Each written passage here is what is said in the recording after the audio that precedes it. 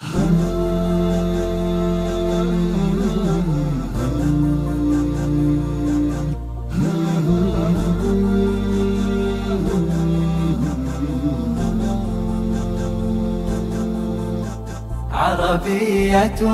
لغتي وفصحى والأمر لا يحتاج شرحا. بسم الله والصلاة والسلام على رسول الله وعلى آله وصحبه ومن والاه أما بعد فمرحبا بكم. Bienvenue à toutes et à tous dans cette nouvelle vidéo explicative sur la Jumla Ismiya, à savoir la phrase nominale. Bon visionnage.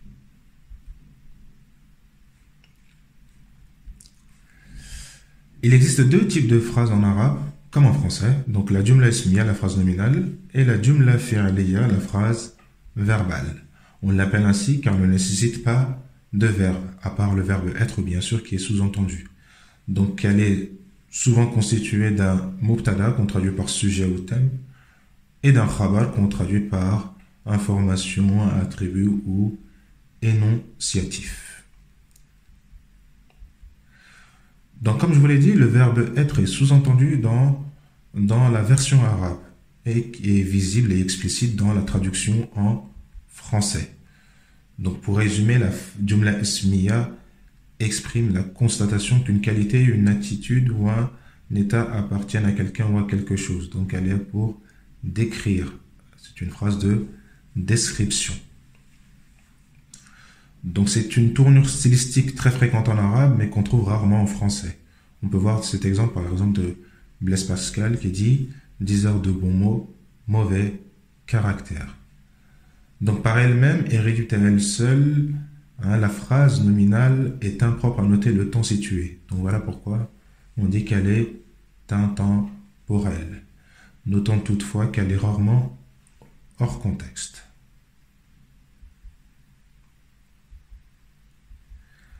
Donc les deux composantes de la Jumla Ismiya, à savoir le mubtada et le khabar, doivent obligatoirement observer certains critères, certaines conditions. Donc le mubtada est lui marfou' et ma'arifa, c'est var défini. Et le khabar lui est également marfou' mais est nakira. Donc il n'est déterminé que lorsque le sens l'exige. Donc on va voir quelques exemples ici. El-karamu shimatun. Donc on peut voir que le verbe être n'est pas explicite ici, visible dans la version arabe. Mais on le remarque dans la traduction en français.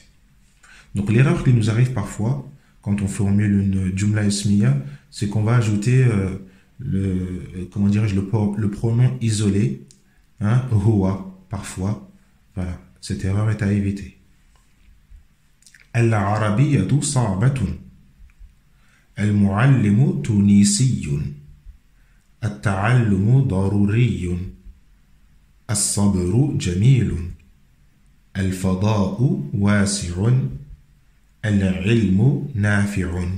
Donc on remarque bien que la première partie de la Jumla Ismiya ici est ma'arifa et marfou' et la deuxième partie est nakira marfou'.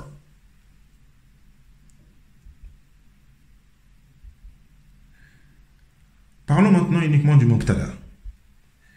Il s'accorde en genre et en nombre avec son khabar, et l'inverse est exact. Et il peut être, entre autres, un nom, le substantif, donc un nom propre, comme Muhammadun Khadijatu, ou il peut être un nom, un ma'arifa défini par l'article, comme At-Talibu Al-Usratu.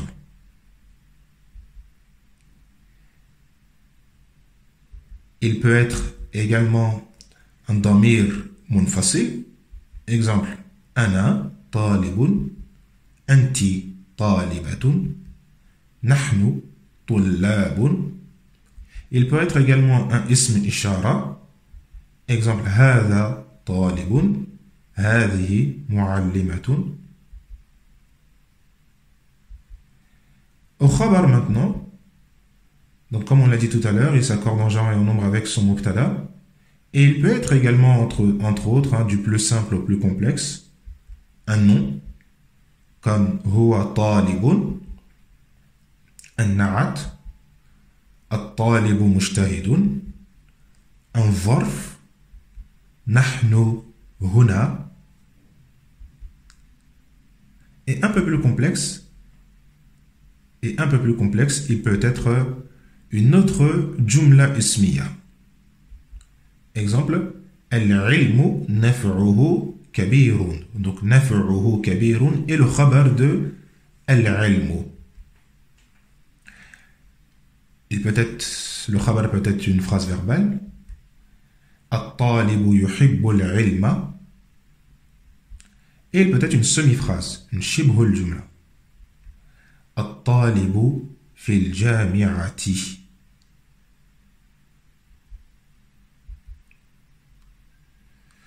Donc, merci d'avoir visionné cette vidéo explicative. N'hésitez pas, si vous avez des questions, n'hésitez pas de les poser dans le commentaire.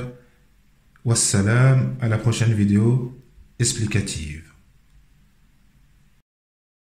عربية لغتي وفصحى والأمر لا يحتاج شرحا.